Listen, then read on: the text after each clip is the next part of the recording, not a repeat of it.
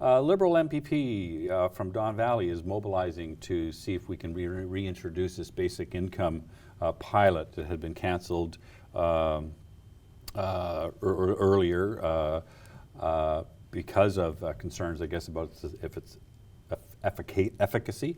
And meanwhile, there are also some people who were in the program with some litigation in the process. Care to comment, sir? Sure. I'm actually going to quote Bob Ray on it. And you should write this down because it's not very often that conservative quotes Bob Ray. Back in the 90s, Bob said that it doesn't make sense to pay people to stay at home. We need to find ways to accommodate them in the workplace and give them value in what they're doing. The basic income pilot, when we took a look at the early results from it, we weren't seeing what people were saying it was going to do for us. Mr. Couteau was one of the proponents of it. He thought that it was a great idea. He's now seeking the Liberal leadership, so it's a way for him to differentiate himself from the other Liberal leadership candidates. Good on him for sticking to his convictions. He believes that it's something that would be very valuable.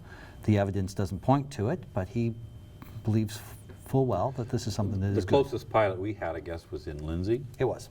And that's one of your colleagues' writings. Yes. Any feedback from that, from her perspective?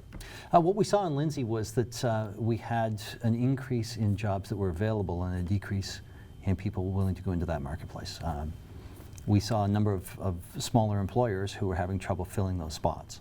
And that was indicative of what was happening across the province in the pilot. You have to take a look at the gap between theory and practice, and there is always a big gap between the two. Just because the theory says it's going to work doesn't mean that when you implement it in practice that it actually is going to work.